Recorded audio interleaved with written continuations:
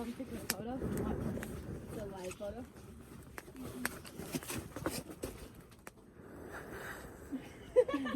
Oh wait, you forgot.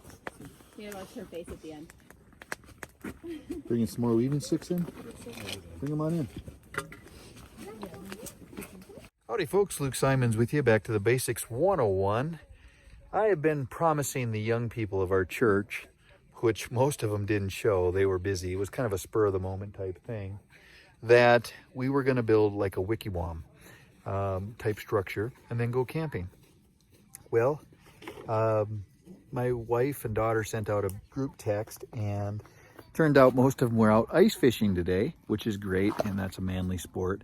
Samson, a man in our church, is just awesome for taking young people out. He's an awesome guy. He inspires me. Actually, a lot of people in our church inspire me. I'm surrounded by awesome people in our church. So this is what we're building today. We have about an hour into it.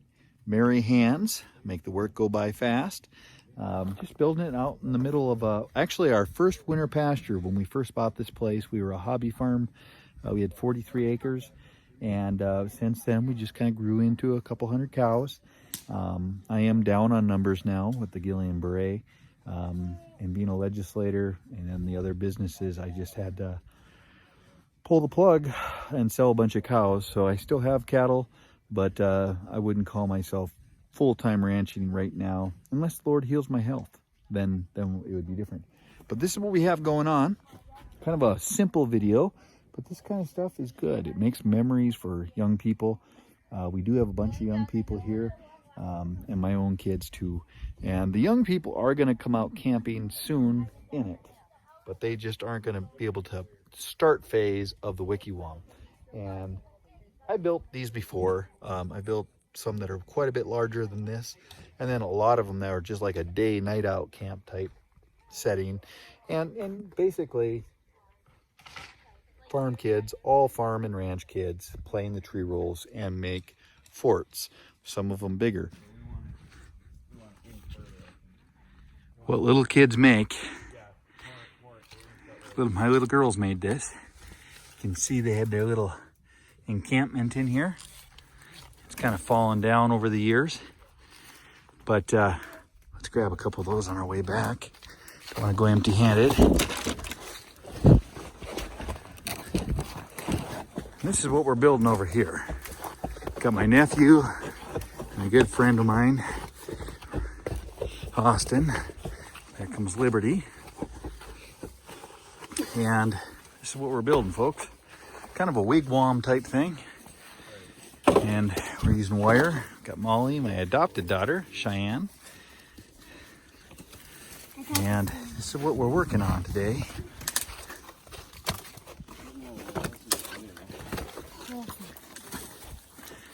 It is nice, isn't it? And the idea is, this is quite bigger than the camera is probably showing you. But this is all that wood that I had the young people come out and we're gonna burn. And I just decided, you know what, we're gonna build something out of it. I mean, I just try to be role models to people, and this is what I do, you know, help others, build wigwams.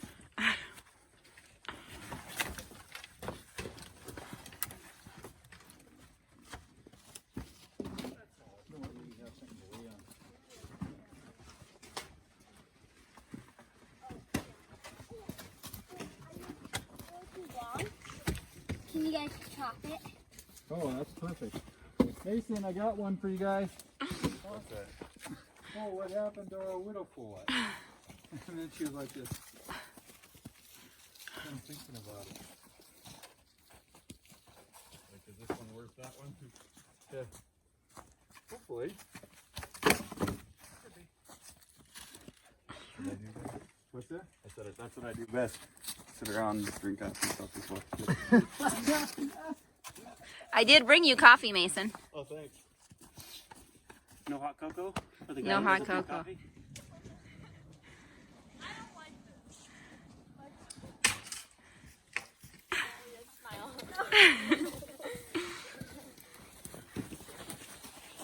Oh wow, this is really nice. Oh wow, there's a lot working.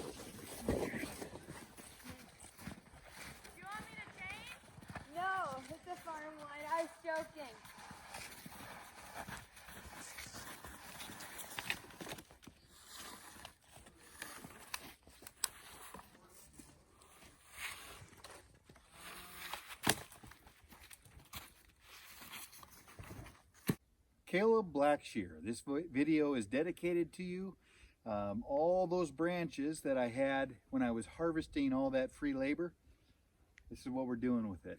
Now, it was going to be a wigwam, but the truth is it's more of just like a shelter, etc. It's not going to protect a whole lot of wind. Some, yes, but not all. You'd have to wrap it with something much more than what we have right now. Some more brush or something like that. Make it like a brush harbor of some sort. You can see through it, but it's sure going to be fun. And yes, Caleb, we are going to camp in it.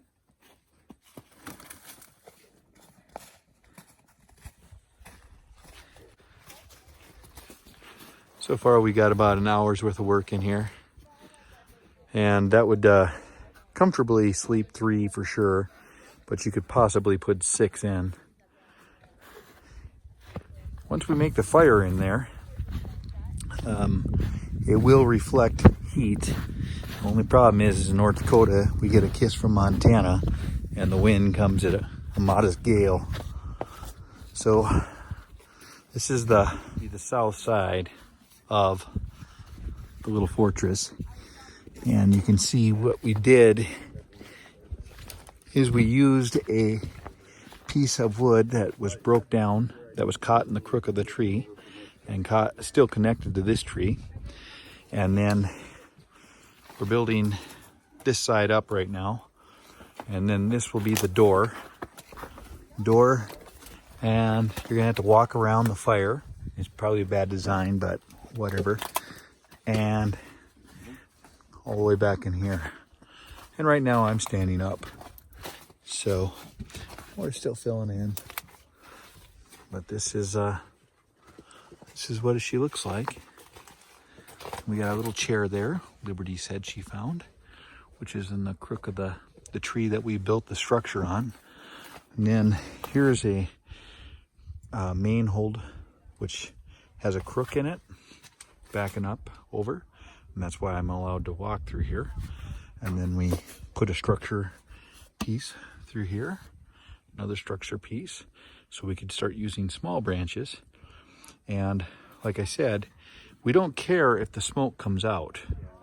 We're gonna have plenty of firewood, so that's fine. Originally we're gonna wrap with a tarp, but we have enough branches where this is still working pretty good. So now what we're going to do is let the wind blow, and we're going to try a reflective heat energy system. Here comes Roscoe. There we go.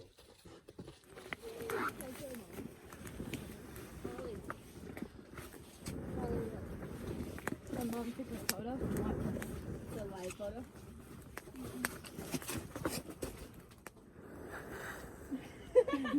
Oh wait, you forgot. You gotta watch her face at the end. Bringing some more weaving sticks in? Bring them on in. Nope, those are living. Take all this stuff here. All these little pieces. Now we'll burn up. What? It's easy as pie.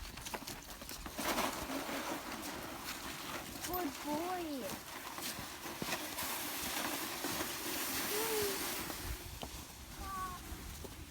Come on in, babe.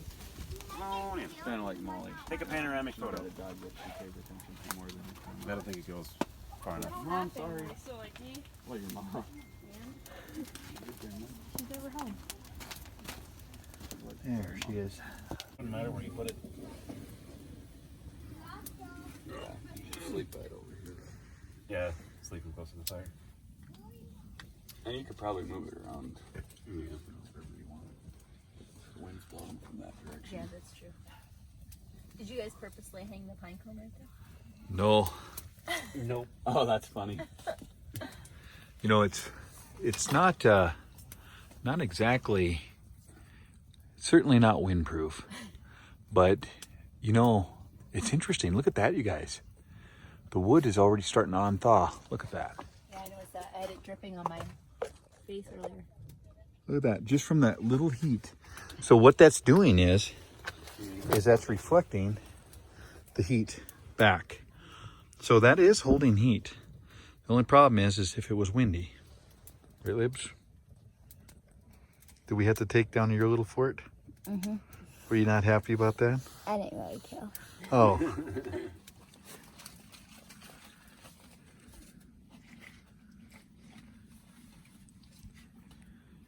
Just a small fire. And we have discovered it is warmer in here than it is outside.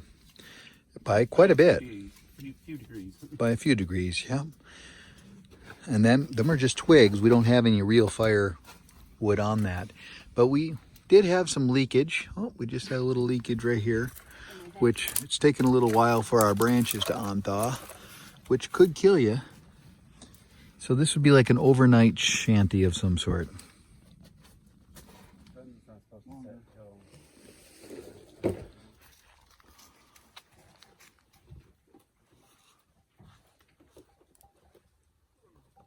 Just something fun to do.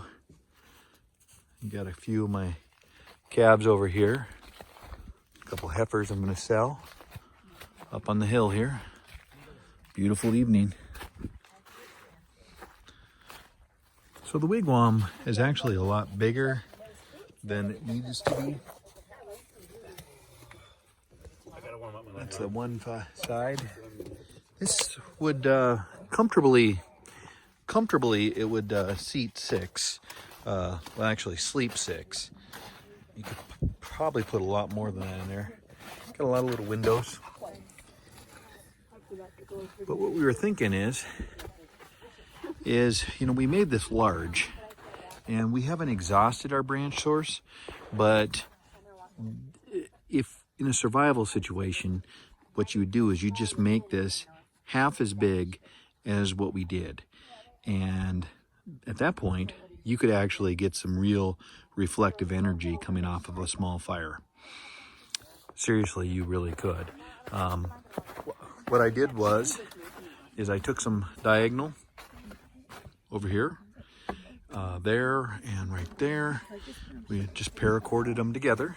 Actually, I used wire, but in a survival situation, hopefully you'd have some paracord or something. Barbed wire, by the way, if you were in a survival situation, barbed wire would be a pretty natural resource in most situations. So that's something that I have seen a lot of preppers not talk about is barbed wire. You know, barbed wire is pretty readable. It's everywhere. And you could utilize that to stay alive. Like I said, right now in this condition, this is way too big and it needs at least double that for branches, for sure. Double that. Well, just a little bit of fun, I guess. Did you guys have fun? Yeah, I had a lot of fun. This only took us how long?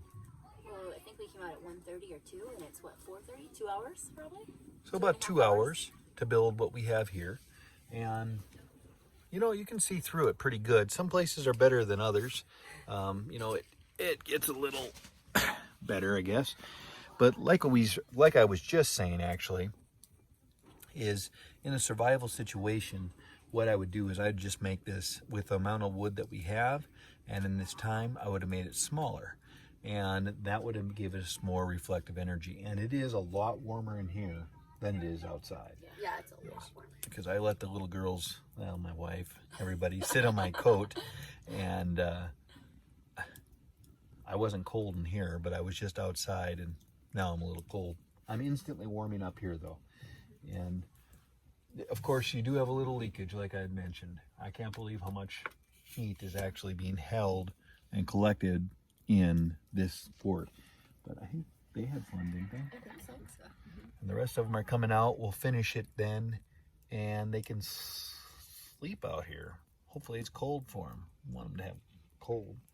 But Caleb, have fun in Texas. Remember, if you ever come back to Manland, you can sleep in our wigwam. Till next time, this is Luke Simons. Happy trails.